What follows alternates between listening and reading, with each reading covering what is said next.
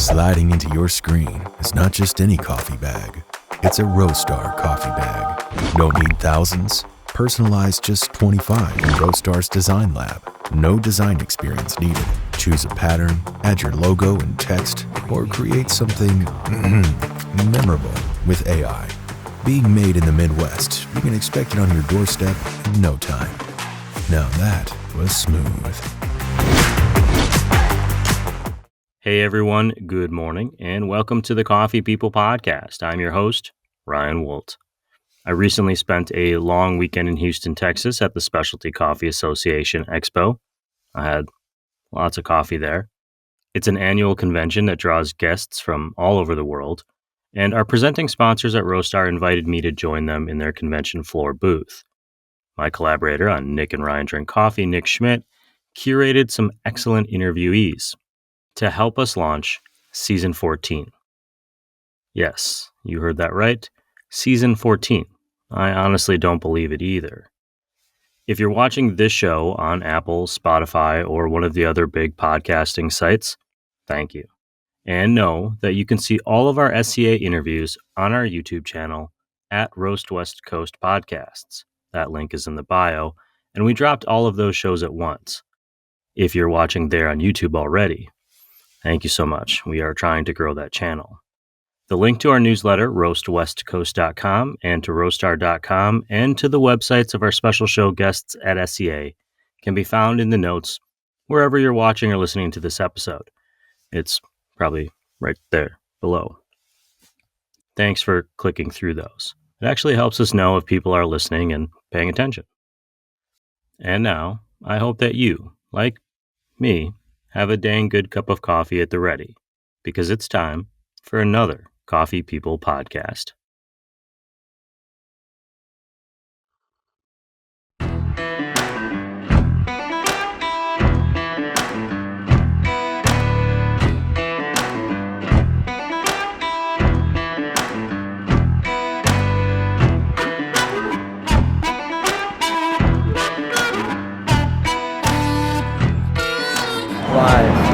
What? We are live.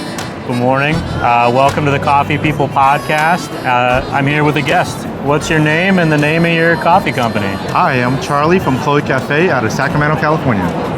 Very cool. Pleasure to meet you. Thanks for having us. We're going to shake hands. This is our first live interview, so we're figuring it out as we go. The name of your company, Chloé Cà Phé, named after your daughter, based in Sacramento. What is the coffee scene like in Sacramento? So the coffee scene in Sacramento is, I wouldn't say for lack of a better word, exploding right now. A lot of shops opening up, ourselves as well. We signed a lease in November and turnkey by February. So very quick turnaround, but we've been very welcomed by the local community because there's so many of us trying to present such a different story amongst each other. Very cool. You focus kind of specifically on Vietnamese coffees. What's the role of coffee in Vietnamese culture? So in Vietnamese culture, coffee is not just to drink. It's a place for us to find time to sit down with a friend, chill, have a conversation like we're having right now. Maybe it's on a busy street, maybe it's in a secluded area, but it's a time to kind of just stop and really share the one thing we can't buy as humans, which is time. So coffee culture is very important to us. It's more than just getting out there, getting a drink and going. It's really about stopping. One of the things that's been in the news for the last couple of years, especially with climate change, Robusta coffee. Yep. I know you guys have Robusta. What's it been like working with that and getting people to understand what it is when they come in the shop? So excellent question. One of the hardest challenges about what we're bringing to the market as far as Robusta and what Vietnamese people, as far as what I would like to try to do is represent Vietnamese farmers and producers doing something different. They would actually like to use the word fine row. So fine Robusta, it's very different from just your traditional commodity level Robusta. It's a totally different varietal. It's grown different, harvested differently. And what they want as far as bringing to the table is it doesn't have to be cheap. It could taste great. It doesn't need to be a blend. As far as bringing it to the market in America and Western culture, I believe that it's slowly catching on, but it's how do we get past that whole, for lack of a better word, jittery feeling when you drink Vietnamese coffee. Sure. But a lot of what Vietnamese coffee culture in the past have grown to sell is to Italy, Germany, and Russia. Because those were the countries that we could trade with during Vietnam's embargoment. So our coffee is groomed to be punchful. If you go to Italy and you get a powerful shot of espresso, it's Robusta, and people are okay with it. But Vietnamese coffee in America is kind of associated with jitteriness. You get the shakes. So we're having a little bit of a hard time, but for those who like the stronger coffee, it's actually, we run out of coffee a lot of times because people want so much of that fine Robusta, creamy, coconutty taste with some milk in there. I feel like it's almost a more traditional, like older generation that would like it would appeal to because they're used to that like oomph in their coffee, or they're trying to get there. And then it's just a matter of like teaching people, hey, we got this thing that we're working with. We're not just treating it like the old big companies were. We're treating it like specialty and creating an experience for you. You, I hope it's all right to say this, but you have a daughter. I believe the namesake of your business. Yeah. I grew up in a family business. What does it mean to you to have your daughter grow up in a small business and see what you and your partner are doing? It means the world to me because one of the biggest reasons why we wanted to get into coffee was the fact that I lost my father in December 2023. And I was looking around and like, man, I've always wanted to be a father because I grew up without a father, but I'm traveling a lot for our other business. I'm never home. And then Chloe's growing up. By that time, she was like 14 months, and she was starting to remember and not remember. So it was very important for me to show her that I'm around, that she can remember me. And having her in the shop as we're like experiencing things, we have cars in our shop, so she's in the car, she's playing around with the Porsche cars, or she's running around chasing after the dogs because we're very dog friendly. It's very much the childhood that I didn't get to have, but it's something that we want to be with her through this journey because we have the two entities kind of separate, like the daughter and the shop. We named it after her, but we want to be as proud of the shop as we are of her, because we are representing Vietnamese coffee at a very different level than what most people are associated with Vietnamese coffee in America. That's very cool. I remember thinking like my parents, they were always around, but they were always working. And so looking back as an adult, I have a different perspective, like how much I learned. There's a reason I have two brothers and we all run our own businesses now. You know, we take those experiences with us, whether we realize it or not. What does the future hold? What does the future hold for Chloé Cà Phê? You know, what do you want people to know about what you guys are doing up in Sacramento? What does the future hold for us? It's kind of turbulent times right now, but we're very much focused on staying true to the course of bringing Vietnamese specialty coffee through with Fifth Wave to Sacramento and all of America. We ship direct to consumer, and we also sell B2B. So other shops, like we have a couple shops we're supplying out here in Texas and some in Colorado that are looking to bring Liberica, THA1, and a lot of like fine Robusta to America or served in their shop. So for us, we want to stay true to the course of selling that direct to consumer and B2B. We have the shop mainly because we want to stay home with our daughter and hang out with her. But if we get too sidetracked on trying to do the retail side alone, it's not really what we're looking for. We love our customers. We just want to find a way to share all of our coffee to the rest of America, because we're a coffee brand, coffee business, not just a coffee shop. And that's one of the biggest things that we want to try to stick forward to make sure that our future grows the way we want to, so that we can help the farmers and producers. Because we do buy direct, and we source. We go back to Vietnam twice a year, so we do source direct. We go as far as buying the coffee, bringing it to America, roasting it here, and also shipping a couple of 12-ounce bags back to Vietnam, so the farmers and producers can see the coffee, see their name on the bag, be proud of it, and also give us feedback, because we know Sacramento, we know America better than they do, but they know their product a lot better than we do. And for a lot of these smaller farmers and producers, this is the first time their brand gets to be next to a Porsche car, a La Marzocco, doing a podcast like this, and get to present that, they also too can serve great coffee. Just like a lot of the coffee, we'll say legacy brands in South America and Africa.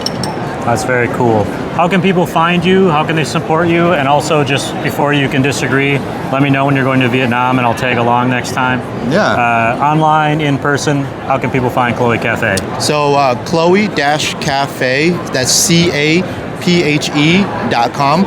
So that's where you can find a lot of our product. Right now, as you know, of tariffs, we're going through a little bit of a turbulent times. We had to pause our shipment, but we should be fully restocked by end of May. All of our coffee sells out within a week. It's very much like we'll bring in a couple tons and it'll be gone. Mainly because we're so different. Everybody sources from a couple of different people in South America or Africa, but we source from the whole country of Vietnam. So we're able to kind of give you Arabicas, give you Liberica and Fine Row from so many different producers and offer such a different taste. And well, if you're in Sacramento, you can come to our shop and see a cool car or some dogs to hang inside. I'm stoked. I'm going to be in Sacramento in June. I'm going to stop by and swing in. Charlie, thank you so much for joining the podcast. I'm really excited that you were here. Thank you so much for having us, man. I really appreciate it. It's our first time at Expo, so we're trying to just take it all in right now. Welcome. Yeah.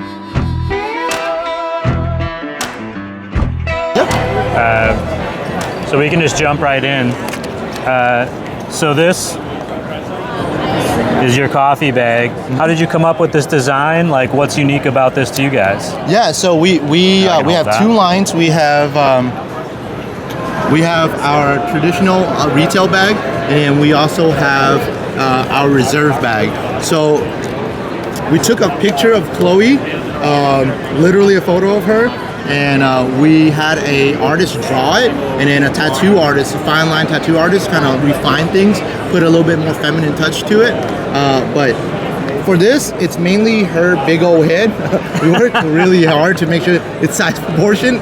And then on the retail bag, we wanted to keep it simple. We wanted to keep it where it's like, if you walk up to this in a store, like let's say your local co-op or your local grocery stores, this is not probably going to stick out to you because it's just a simple color. But the whole premise behind this was the fact that like it's very like if you know, you know. Like if you see the word Chloe or you see the brand, you know. Like we're the only ones that can carry certain particular things from Vietnam. So if you see the word Chloe, that's all you need to see, right? What we really wanted to highlight on the bag was the story. So one of the things we really worked hard on with Roastar is making sure that all the sizing is correct. So Vietnamese fifth wave coffee fits perfectly between the degassing valve and the zip, right? You're gonna see that every time you unzip. We're very mindful of the first catch part of our story, which is Crystal's family started the first Vietnamese coffee shop in Sacramento. We come from a heritage or a legacy of like making sure that the coffee shop is not just a place to grab drinks. It's a place for our community to come and hang out.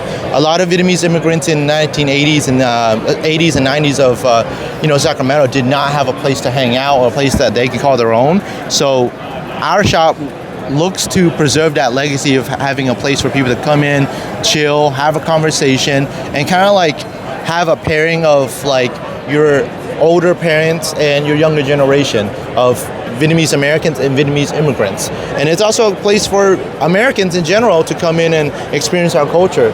Our bag also has on the side a very unique thing of like the map of Vietnam, but it's also letting you know that we work with the farmers directly. We don't have a broker, we don't have an importer, it's us buying directly from the farm, and we work with the logistics teams to get our coffee here.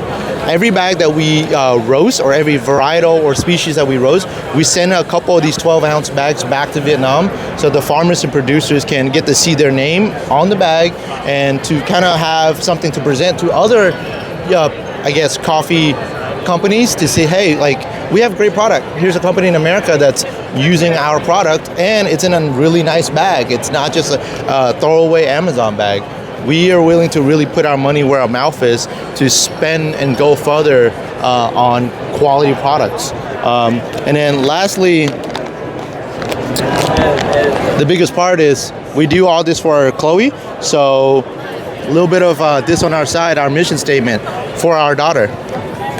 Oh, that's super cool. Yeah. I appreciate that. Yep. Charlie, you've already made this like the easiest interview that I've done today. Yeah. It's also the first one, but I think you've set the standard for everybody coming in. Yeah. I really appreciate you, and we're stoked about this bag. Also stoked about Roastar because they sponsor the show, and we appreciate that. Yeah, they are a great company to work with. I implore anyone to do their research very, very solidly and check them out, because the online platform as far as designing and redesigning and then getting your first sample or proof and then redesigning again has been very smooth for us. The team has been super wonderful.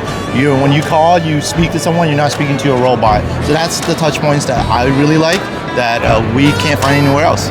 I appreciate that. Thanks, Charlie. All right.